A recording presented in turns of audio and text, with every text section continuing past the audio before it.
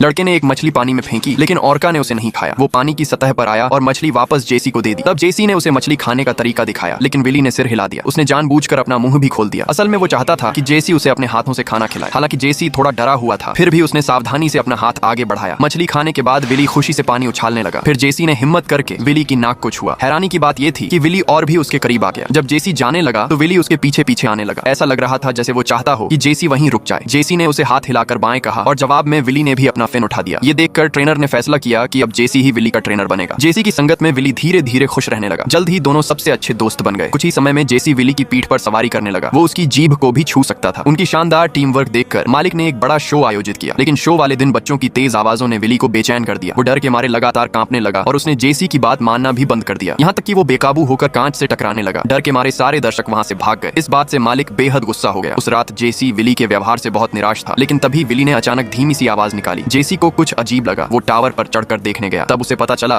कि समुद्र के बाहर से विली का परिवार उसे बुला रहा था। ये दृश्य देखकर जेसी भावुक हो गया। उसी समय पूल में चिंगारियां दिखाई दी। जेसी तुरंत वहां गया और जांच की। तब उसे पता चला कि मालिक ने टैंक को नुकसान पहुंचाने का आदेश दिया था। वो इंश्योरेंस के पैसों के लिए विली को मारना चाहता था। विली को बचाने के लिए जेसी और ट्रेनर ने उसे वापस समुद्र में भेजने का फैसला किया। उन्होंने विली को उठाकर एक ट्रक में लाद दिया। कुछ ही देर में विली को समुद्र किनारे ले जाया गया। ड्राइवर ने ट्रक को समुद्र के अंदर पीछे की ओर ले जाकर खड़ा कर दिया। विली सफलतापूर्वक समुद्र में तैर गया, लेकिन तभी मालिक और उसके आदमी उनका पीछा करते हुए पहुंच गए। उन्होंने मछली पकड़ने वाली नावें भेज दी और बंदरगाह के पास बड़े बड़े जाल लगा दिए ताकि विली को फिर से पकड़ सके। तुरंत जेसी दूसरी तरफ दौड़ा और विली को समुद्री दीवार की ओर ले गया। वहीं दोनों ने आखिरी बार एक दूसरे को अलविदा कहा। जेसी के हौसले से विली ने हवा में एक विशाल छलांग लगाई, ठीक वैसे ही जैसे उन्होंने पहले अभ्यास किया था। वो जेसी के सिर के ऊपर से उड़ता हुआ अपने असली घर समुद्र में वापस लौट गया। आखिरकार विली आजाद हो चुका था। इस फिल्म का नाम फ्री विली है।